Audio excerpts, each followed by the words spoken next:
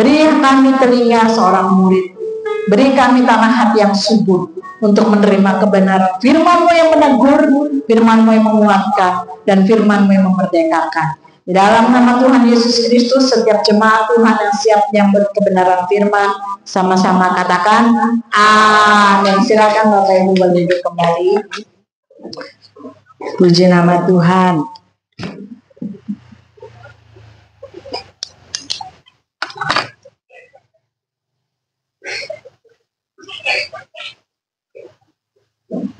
Sepanjang minggu ini kita sudah diberkati, amin. Haleluya.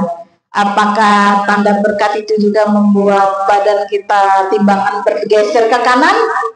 Oh, sudah ada yang mengaminkan, berarti sudah ada yang bertambah berat. Atau bergeser ke kiri? Oh, terlalu berat itu. Puji nama Tuhan. Kita mau sama-sama belajar tentang status istimewa kita di hadapan Tuhan. Ayo sama-sama saya katakan 1, 2, 3, status istimewa. Sekali lagi 1, 2, 3, status istimewa. Haleluya. Sebagian dari kita sudah punya status resmi, sebagian belum resmi, dan kita mau tunggu Pandu sudah kapan meresmikan status istimewa. Nggak mungkin kan tanya JJ yang besar itu kamu sih. Haleluya. Ternyata Bapak Ibu tanpa kita sadari bahwa setiap kita statusnya istimewa di hadapan Tuhan. Amin. Mengapa kita istimewa? Karena kita sudah ditebus dengan darah Tuhan Yesus Kristus yang mahal. Amin. Keselamatan itu gratis, tetapi bukan murahan. Apa bedanya? Bedanya gampang. Kalau gratis itu diberikan dengan cuma-cuma, tanpa kita berbuat apapun, atau mau kita terima atau tidak terima, Tuhan Yesus sudah memberikan darahnya untuk menebus kita semua. Nah, kenapa dia tidak disebut murahan? Kalau murahan tuh coba Bapak Ibu, saya biasanya suka cari barang obral, karena murah itu semua bisa mendapatkan dan bisa dibeli. Kalau kita punya duit, malah ada baju kayak ukuran JJ ini, kalau lagi obral tuh ada yang harganya 5 ribuan cuci gudang. Nah, itu disebut murah karena semua orang bisa mendapatkan. Persoalannya adalah bagi kita keselamatan itu justru bagi orang-orang di dunia ya secara umum, sekalipun gratis ternyata tidak semua orang mau mendapatkannya atau memperolehnya. Padahal ketika kita menerima itu, kita mau terima Yesus sebagai Tuhan dan Juru Selamat kita, bahkan Raja, menjadi Raja dalam hidup kita, status kita berubah menjadi begitu istimewa. Bayangkan Bapak Ibu,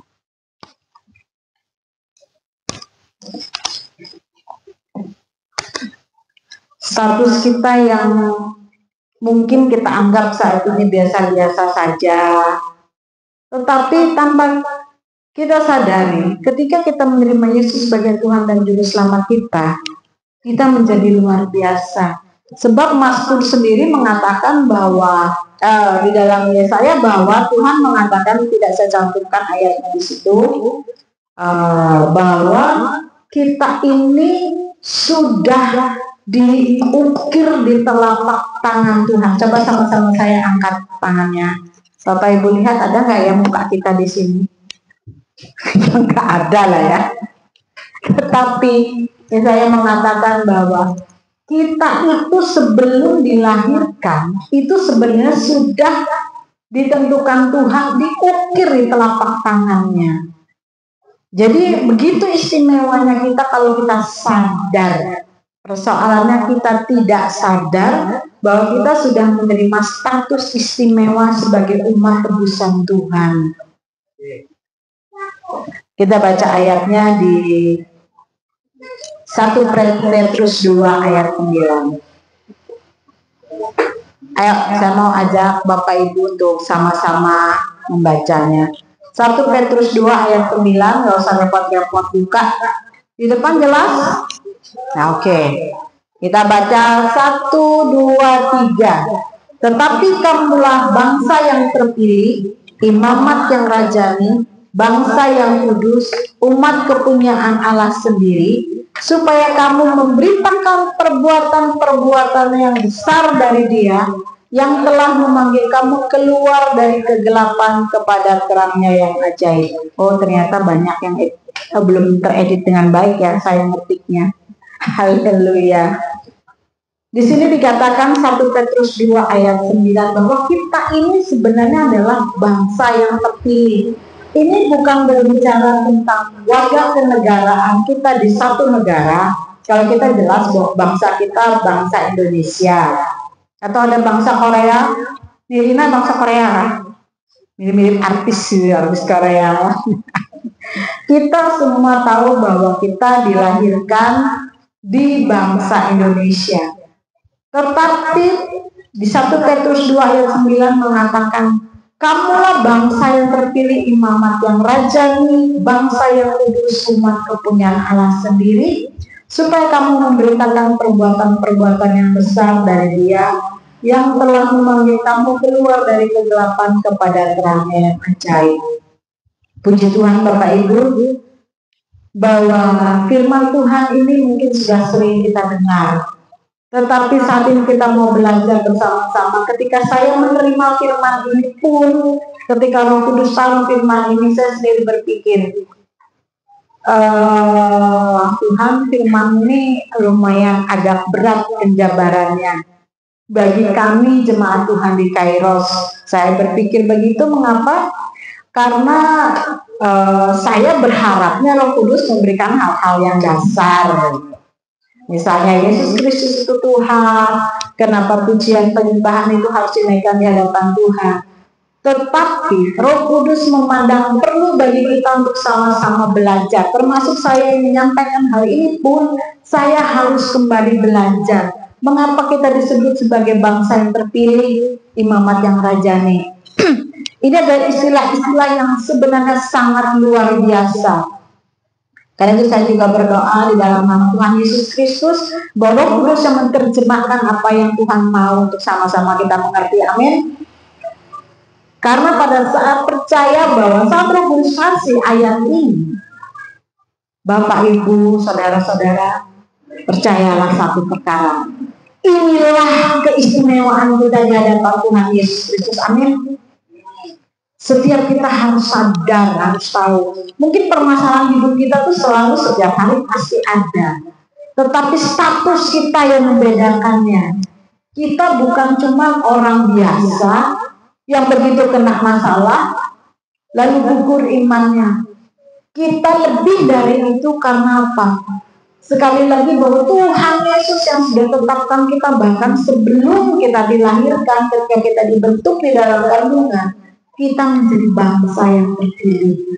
Kalau secara kelahiran duniawi atau secara fisik, bangsa yang terpilih itu adalah Israel. Tetapi di dalam perjanjian baru kemudian dikatakan bahwa orang-orang yang percaya kepada Tuhan Yesus Kristus itu dikenal sebagai Israel rohani. Sebab firman Tuhan sendiri mengatakan bahwa pertama-tama keselamatan itu diberitakan kepada bangsa Israel. Tentang penebusan oleh Tuhan Yesus Kristus pertama-tama, tetapi kemudian akan diberitakan kepada bangsa-bangsa lain. Kitalah bangsa-bangsa lain itu. Amin. Bayangkan sekarang bayangkan dari sekian miliar manusia di jam ini, detik ini, saudara dan saya boleh bersyukur kita ada di dalam hadirat Tuhan. Amin. Percaya nggak percaya, kemarin kesaksian dari Mawar itu sudah saya bagikan, saya sangat terberkati. Dikatakan bahwa pada saat kita beribadah, itu malaikat-malaikat Tuhan itu ada di sekeliling kita. Amin.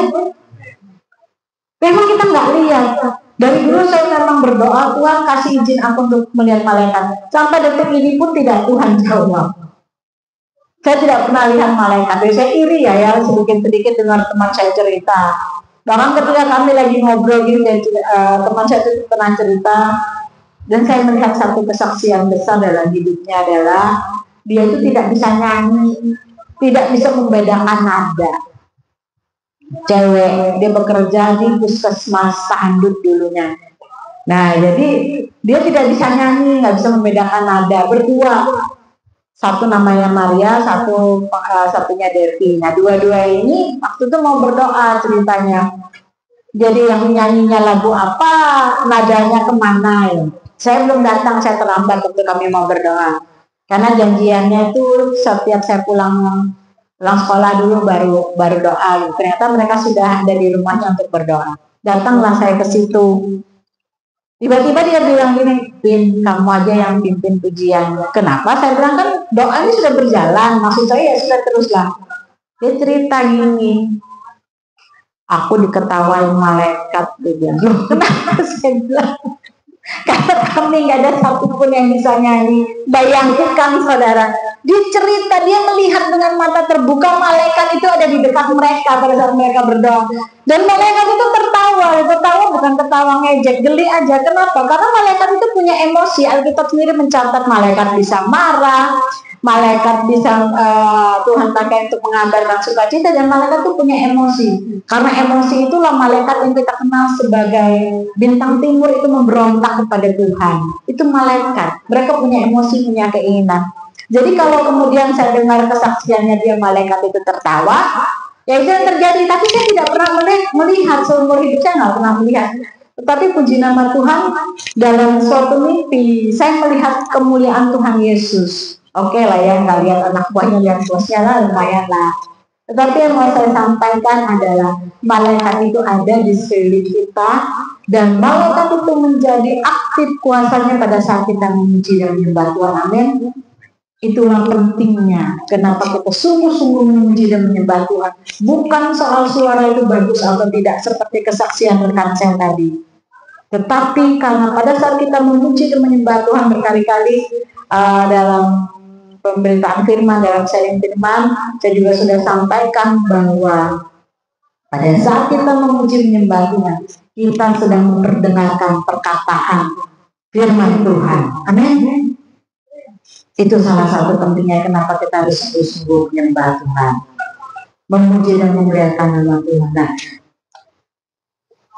itulah juga yang menjadi satu kebiasaan yang boleh kita terima, bahwa kita adalah orang-orang yang dikuduskan, orang yang dipilih, dan disebut di sini imamat yang rajani. Nanti kita akan kupas satu-satu. Bayangkan saudara itu sebagai raja yang sudah ditetapkan Tuhan, bukan memerintah seperti Raja Charles, tidak, tetapi menjadi bagian dari umat kepunyaan Raja semesta alam. Tanamkan itu dalam roh kita, betapa luar biasanya panggilan hidup kita. Nah, selanjutnya slide berikutnya, Petrus mengingatkan orang-orang percaya bahwa mereka memiliki status yang sangat istimewa di mata Allah. Ada 6 hal yang dicatat di dalam 1 Petrus 2 ayat 9 tadi. Yang pertama dikatakan bahwa di ayat atasnya tadi ya, di 1 Petrus 2 ayat 9, tetapi kamulah bangsa yang terpilih. Maksudnya orang-orang percaya kepada Yesus adalah bangsa yang dipilih oleh Allah untuk berkat dan misi khusus. Mereka bukan bangsa atau kelompok biasa, tetapi dipilih untuk tujuan tertentu oleh Allah. Artinya setiap kita ditetapkan Tuhan menerima berkat dan misi khusus.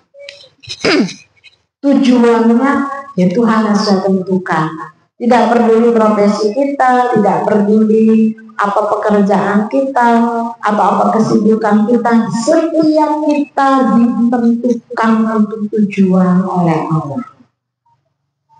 Lalu pertanyaan, lalu tujuannya apa? Saudara, Boleh nanti konseling sama Pak Gembala kalau mau tanya tujuan hidup apa sih. Tetapi setiap kita punya tujuan apa? Untuk menyatakan kemuliaan Tuhan melalui setiap keberadaan kita. Itu tujuan utama. Dan yang jelas nanti selalu ujungnya adalah setiap kita mengemban misi agung dari Tuhan. Nanti kita akan masuk ke situ. Baik, selanjutnya juga kenapa dikatakan imamat yang rajani?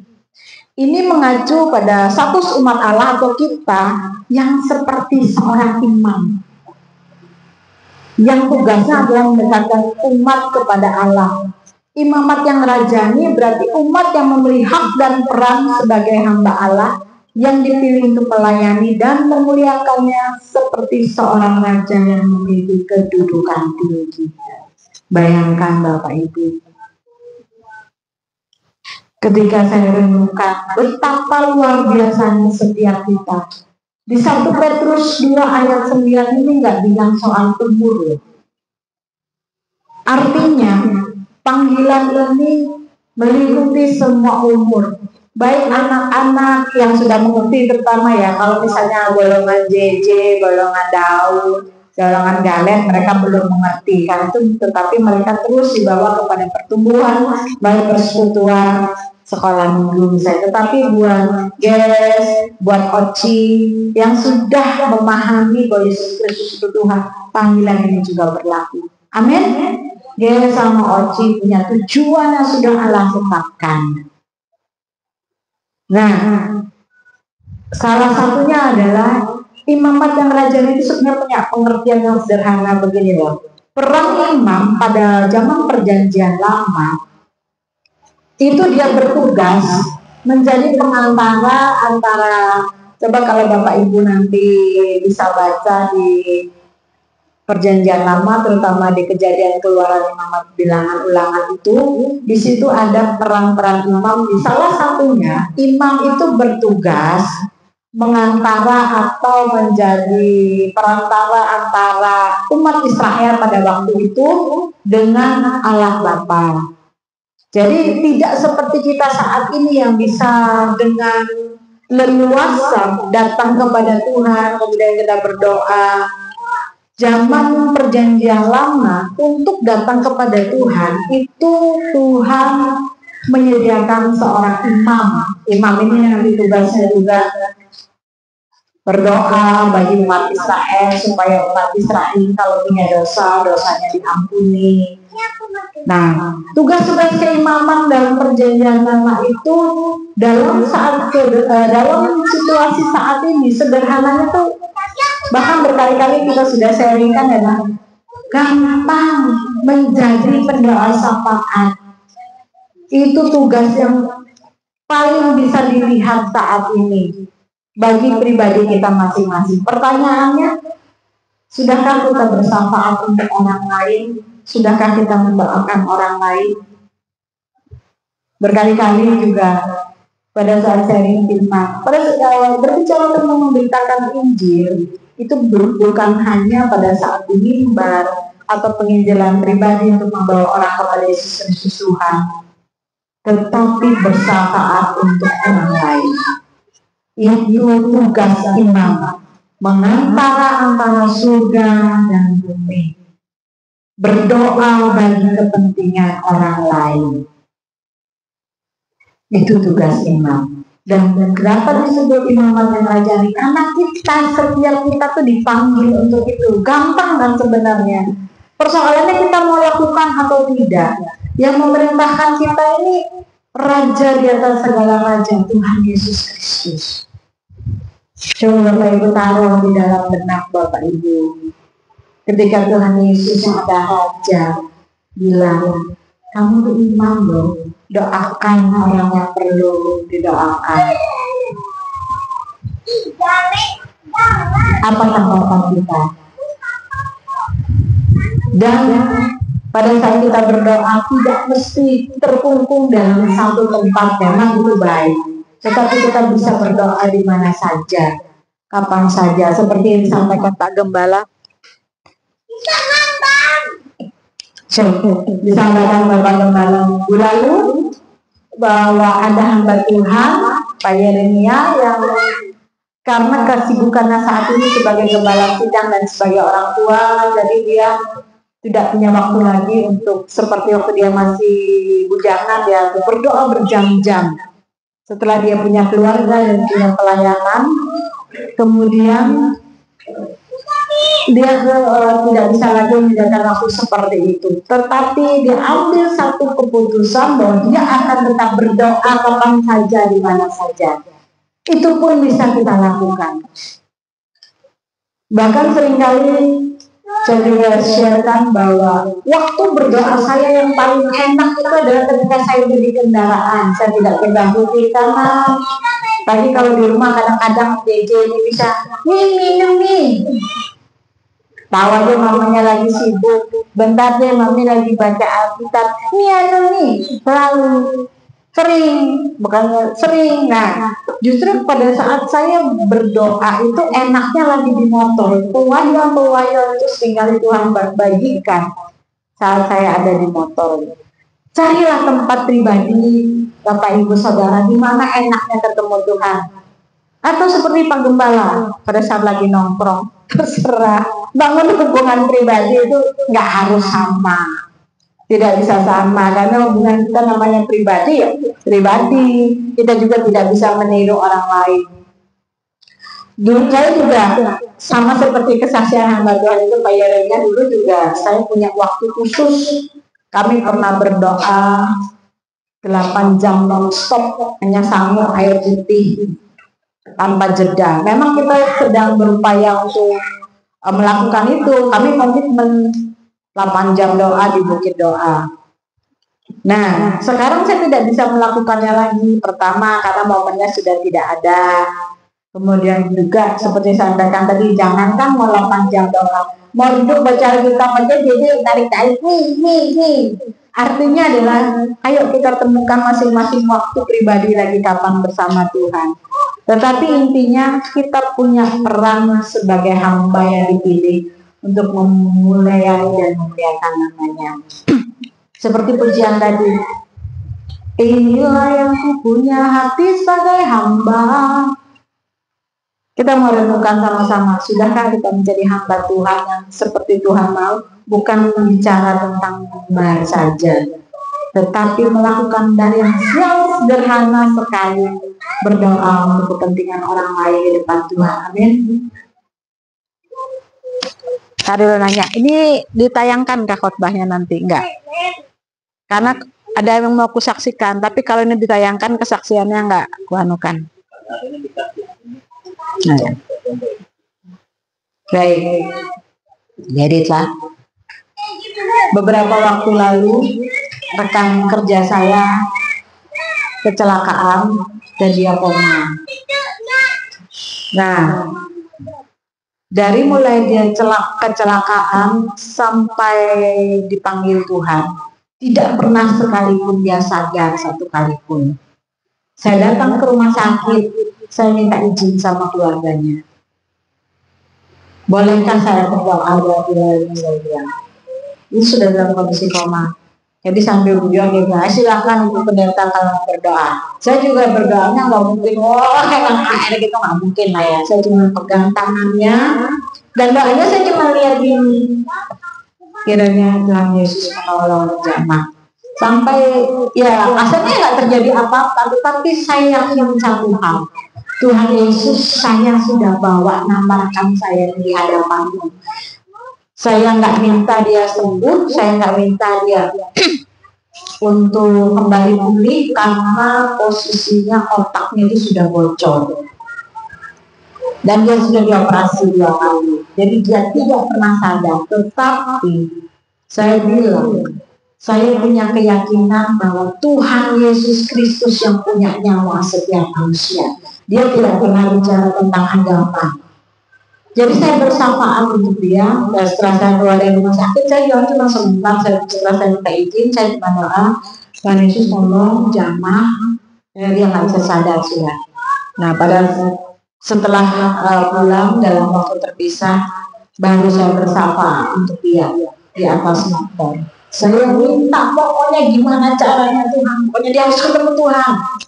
Karena apa? Banyak kesaksian yang menyatakan bahwa saat orang dalam kondisi tidak sadar, kita sebagai orang-orang rohani itu punya otoritas di dalam nama Yesus untuk berdoa, memanggil jiwanya, memanggil rohnya. Memang kita tidak berharap dia tiba-tiba bangkit, belum sampai situ karunianya. Kita tunggu nanti kalau Pak Gembala ngajak kita berdoa, orang mati bangkit itu baru kita bisa. Yang dari dalam orangnya berangkat langsung.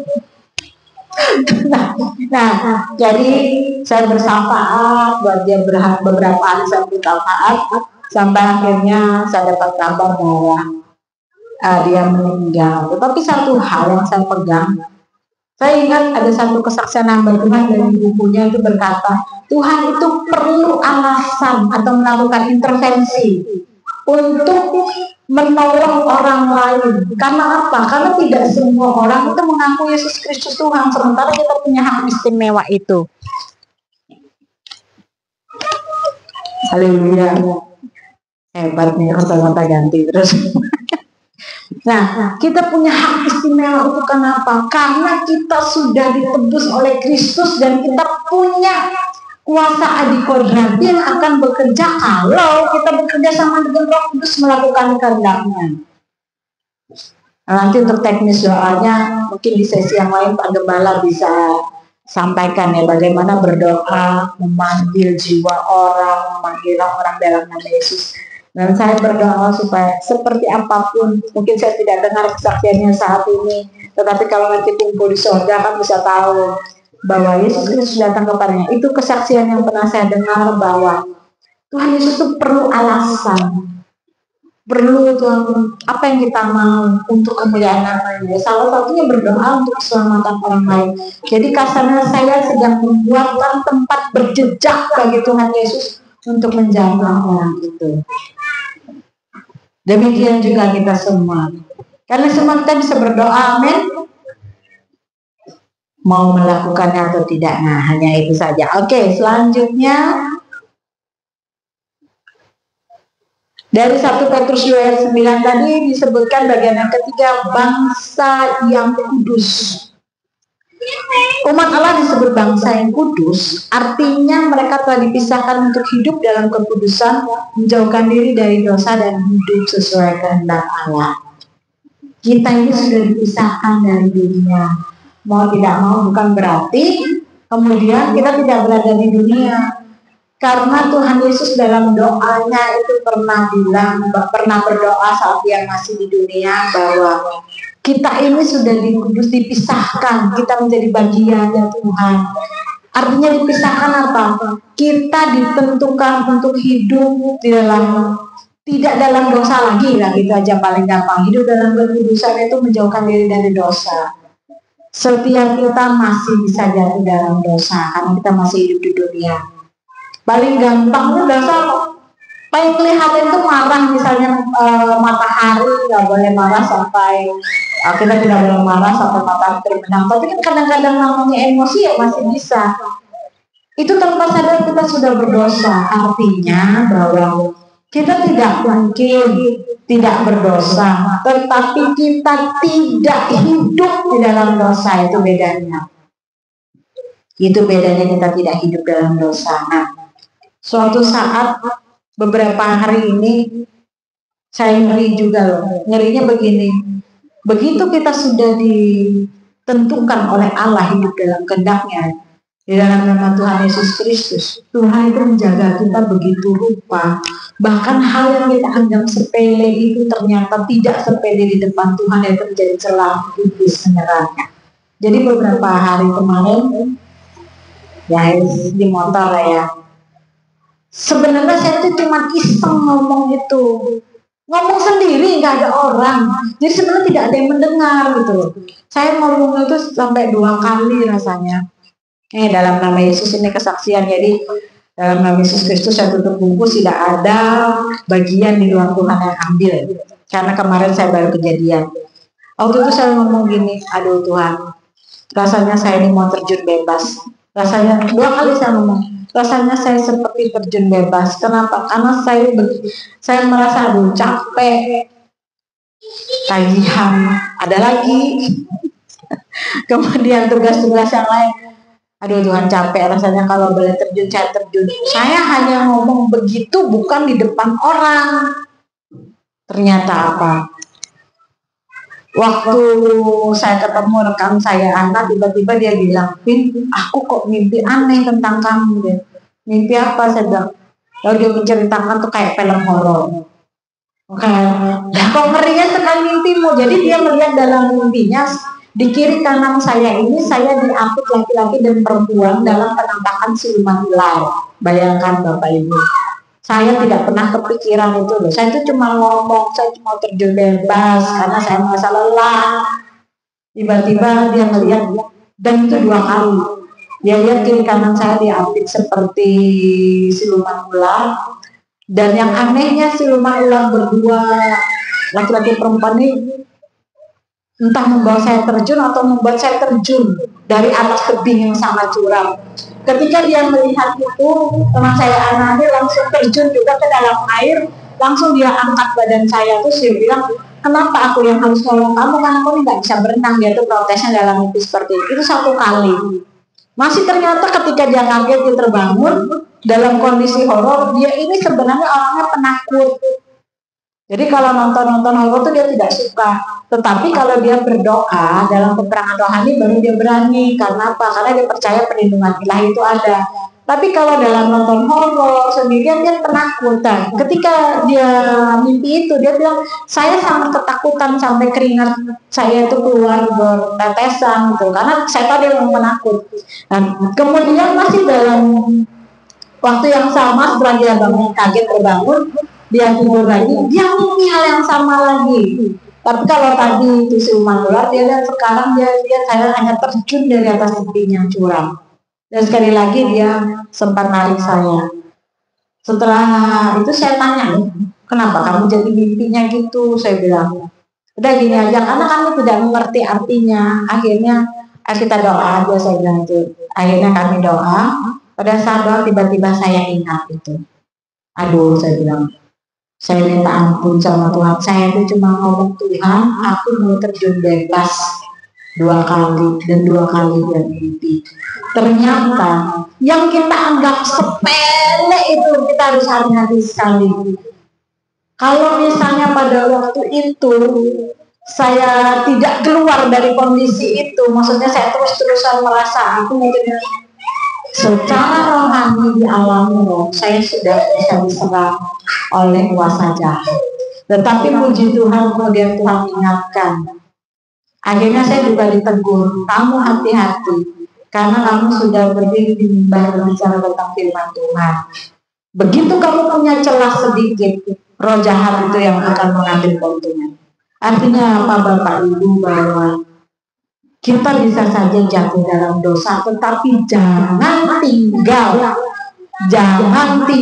dalam dosa itu. Dosa saya apa? Dosa saya ya saya mengucapkan perkataan yang Tuhan tidak suka. Kalau saya terus-teruskan biarkan sampai 1 minggu misalnya, itu celahnya sudah terbuka. Hati-hati. Saya pun minta ampun sama Tuhan. Saya kapok Tuhan, kalaupun saya merasa sangat lelah, ya lebih baik saya memuji Tuhan gitu loh. Walaupun mungkin hati tidak ingin. Intinya adalah kita harus menjaga kekudusan hidup kita. Masing-masing kita yang tahu kelemahan kita apa. Jangan sampai kita hidup di dalam dosa. Kalaupun kita jatuh dalam dosa, cepat bertobat dan minta ampun. Amin. Apalagi yang sudah bermimbar pujian, itu sasaran nembak iblis. Hati-hati, mestinya banyak baca firman. Kenapa? Ada lagi satu kesaksian yang luar biasa yang saya dengar juga bahwa kenapa kita ini disebut umat Allah yang kudus, umat yang rajani. Bahkan Tuhan tuh sangat suka kalau kita memuji. Itu ternyata berbicara tentang kejatuhan malaikat yang pertama, dia adalah seorang malaikat pemuji. Dan sampai detik ini menurut kesaksian itu, bahwa kesaksian yang Mongol ya, bahwa di surga itu Tidak ada malaikat yang menggantikan posisi itu. Justru kita umat-umat pilihan yang ditetapkan Tuhan Yesus untuk menjadi pemujinya. Kenapa disebutkan bahwa Bapa mencari penyembah benar yang menyembah Dia di dalam roh? Salah satunya adalah kita ini loh. Malaikat aja nggak bisa Tuhan gantikan untuk memuji dan menyembah Dia. Posisi kekosongan itu ya kita yang isi, amin. Itu salah satu pentingnya kenapa kita sungguh-sungguh harus memuji menyembah Tuhan. Nggak perlu teriak-teriak, tetapi hati yang rindu itu menyukakan hati Tuhan. Amin. Ada manis paling kanan. Yang keempat, umat kepunyaan Allah sendiri, artinya ini menunjukkan bahwa orang-orang percaya dalam milik Allah yang sangat berharga. Tadi sudah saya sampaikan bahwa sebelum kita dilahirkan, masing-masing kita ini sudah dilukis Tuhan di telapak tangan kita. Oh, sayangnya Abang Oci dan Mama Oci ini kemana lah hari itulah. Kalau dari fotonya, karena cari yang ada Oci dan Mama Oci lagi. Bukan sekedar manusia biasa, tetapi kita adalah milik Allah yang dipilih dan diberikan identitas spiritual yang luar biasa. Seperti saya sampaikan tadi bahwa identitas spiritual kita salah satunya ya harus kita manfaatkan untuk berdoa. Nanti mudah-mudahan dalam perkembangan perjalanan Kairos kita akan belajar bagaimana tentang doa peperangan, bagaimana tentang doa pujian penyembahan. Itu memang macam-macam ada jenisnya dan masing-masing dipergunakan untuk kondisi apa itu ada. Mudah-mudahan nanti Pak Gembala yang akan mengajar kita ya bagaimana berdoa. Banyak tugas ke Pak Gembala. Ya, itu juga nanti bicara dengan bagaimana berdoa melalui pujian penyembahan. Ininya adalah ada identitas spiritual yang luar biasa. Oh, kalau kita bicara spiritual mungkin langsung pikirannya jangan-jangan dukun, jangan-jangan ini. Bicara tentang spiritual itu kalau dalam kuliah kami itu spiritual itu tidak hanya bicara tentang, karena kita sudah terlanjur punya pengertian bahwa kalau bicara tentang spiritual itu pasti tentang apa ya, tentang dukun, tentang orang pintar. Tetapi identitas spiritual atau apa sih istilah kami itu, bukan kelompok spiritual ya, lupalah, kadang ada pelajaran khusus, itu adalah orang-orang yang punya hubungan dengan Tuhan. Jadi kalau kita ada identitas spiritual, berarti kita punya identitas orang-orang berhubungan dengan Tuhan Yesus Kristus. Amin. Bapak Ibu percaya bahwa setiap kita punya identitas spiritual. Hati-hati juga orang-orang yang sudah mengerti hal-hal spiritual, orang-orang di gereja Kairos, itu juga salah satunya dan suka diincar sama roh jahat. Tetapi seperti tadi bahwa kita adalah laskar Kristus, kita punya otoritas atas kuasa jahat. Amin. Puji nama Tuhan. Masa laskar Kristus ke WC aja takut? Enggak kan? Cewek-cewek terutama, ya sebenarnya tahu dia ke WC. Senyum guysnya, aduh. Kita adalah laskar Kristus, amin. Itu jangan harus takut sama kita. Asal jangan buka celah kayak tadi. Saya juga kaget dengarnya seumur hidup saya ini nggak pernah ketemu namanya siluman ular lah. Kok dalam mimpinya rekan saya juga nggak terima, saya nggak terima sebenarnya. Tetapi puji Tuhan, ketika minta ampun segalanya Tuhan pulihkan. Haleluya. Kemudian yang kelima, supaya kamu memberitakan perbuatan-perbuatan yang besar dari Dia. Nah, tujuan dari status istimewa ini adalah agar orang percaya dapat menceritakan atau menyaksikan perbuatan besar Allah, yakni karya penyelamatannya melalui Yesus Kristus. Ini adalah panggilan untuk memberitakan Injil dan menjadi saksi bagi orang lain. Seperti tadi sudah saya sampaikan bahwa memberitakan Injil sebagai tugas agung atau amanat agung dari Tuhan Yesus memang harus kita lakukan, tetapi bukan hanya berbicara di mimbar. yang paling sederhana, menjadi saksi bagi orang lain. Ayo berdoa aja buat orang itu. Gampang kan kalau Tuhan kasih dulu, ataupun Tuhan kasih petunjuk itu sederhana. Doakan orang itu. Ada waktunya nanti dia akan datang bertanya ke kita, siapa sih Tuhan Yesus Kristus itu? Ada waktunya. Kami panggil untuk menjadi rekan sekerjanya Allah, hidup bergaul dengan Dia, dan menjadi saksinya. Kalau Bapak Ibu yang hadir dalam Zoom juga, Pak Gembala juga sudah sampaikan dari Lukas 16 ayat 10, itu ada tulisan TP, berarti saya ambil dari terjemahan baru, jadi dari perjanjian baru. Barang siapa setia dalam perkara-perkara kecil, dia setia juga dalam perkara-perkara besar. Dan barang siapa tidak benar dalam perkara-perkara kecil, dia tidak benar juga dalam perkara-perkara besar. Kemarin disampaikan apa? Hal-hal yang kecil apa? Doa. Hal-hal yang kecil, mungkin kita tidak lihat, kenapa Kairos nggak berkembang, semakin banyak. Kita perlu waktu karena kita harus tertanam ke dalam, kita harus berakar ke dalam. Ini juga salah satu alasan waktu saya nanya Roh Kudus, kenapa Roh Kudus mau kami membahas dari 1 Petrus 2 ayat 9. Bagi saya sendiri mendapatkan itu jujur saja ayat ini cukup berat untuk memilahnya. Bagi saya ini cukup berat.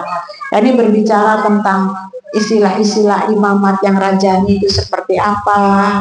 Karena kita adalah jemaat yang baru, kita baru memulai. Nah, tetapi Roh Kudus ingatkan, kita harus berakar ke dalam.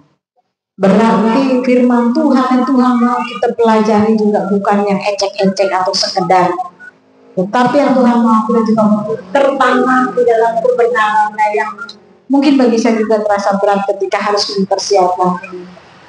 Saya merayu Tuhan cukup lama loh. Jangan kasih yang berat-berat ya. Seminggu sudah dapat enggak, beberapa 2 minggu ya sudah dapat seminggu. Saya kenal Tuhan, ternyata dapat ini. Ini pun waktu saya terima, sebelumnya saya juga sudah mimpi. Ada satu mimpi dan saya dapat pengertiannya.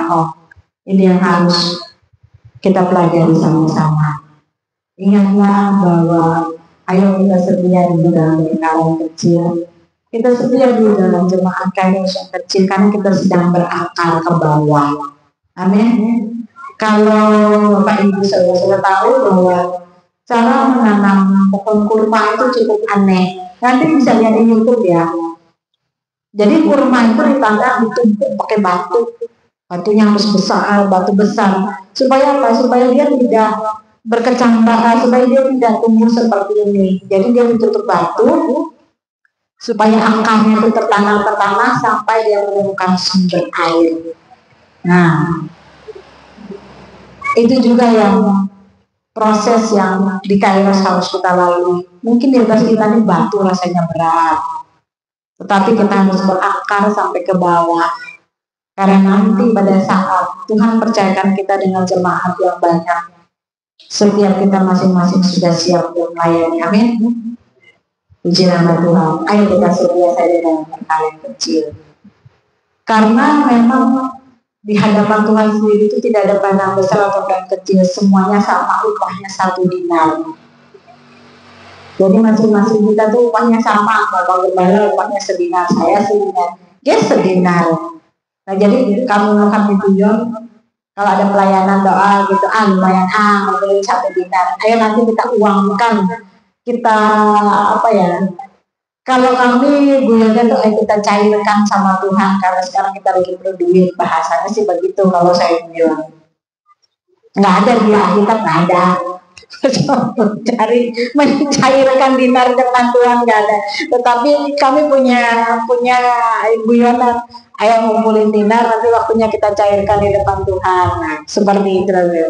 Baik, kesimpulannya adalah bahwa secara keseluruhan ayat ini mengajarkan bahwa umat Allah yaitu orang percaya diberi status dan tugas yang sangat tinggi. Kita dipilih untuk hidup dalam kekudusan sebagai umat yang dipilih oleh Allah dan dipanggil untuk memberitakan karya karya keselamatan bagi dia. Itu tanda bintang berarti sudah berakhir. Puji nama Tuhan. Sekali lagi bahwa masing-masing kita diberi status dan tugas. Status kita sangat tinggi. Status kita istimewa di hadapan Tuhan. Kalau kita sudah tahu kita punya status yang luar biasa, masing-masing kita harus bertanggung jawab dan panggilan itu. Cara yang paling sederhana, ayo kita berdoa. Saat memuji menyembah Tuhan, kita lakukan dengan karena kita percaya itu menyenangkan hati Tuhan. Bangun hubungan yang intim sama Tuhan. Karena darah Tuhan Yesus sudah tercurah sangat mahal bagi kita untuk menebus kita. Amin. Kita mempersiapkan diri. Kita mau masuk ke dalam perjamuan kudus. Mari kita berdoa. Bapa kami yang ada di surga, terima kasih Tuhan. Kami mengucap syukur saat ini Bapa. Kami percaya Tuhan Yesus Kristus bahwa kami adalah orang-orang yang sudah Kau pilih. Kami Tuhan tetapkan menjadi imamat yang rajani, bangsa yang kudus, umat kepunyaan Allah sendiri. Supaya setiap kami memberitakan perbuatan-perbuatan yang besar dari Tuhan, yang telah memanggil kami keluar dari kegelapan kepada terang yang ajaib. Terima kasih Bapa. Terima kasih Tuhan Yesus. Darah-Mu yang sudah menebus kami Tuhan. Kematian-Mu yang sudah membuat kami hidup. Terima kasih Tuhan Yesus. Kalau sebentar Bapak di surga, kami akan memperingati kematian-Mu Tuhan di kayu salib melalui perjamuan kudus. Engkau yang melayakkan setiap kami Roh Kudus. Engkau yang menguduskan roh, jiwa, dan tubuh kami, dan menguduskan setiap kami, menguduskan setiap layang, supaya kami layak.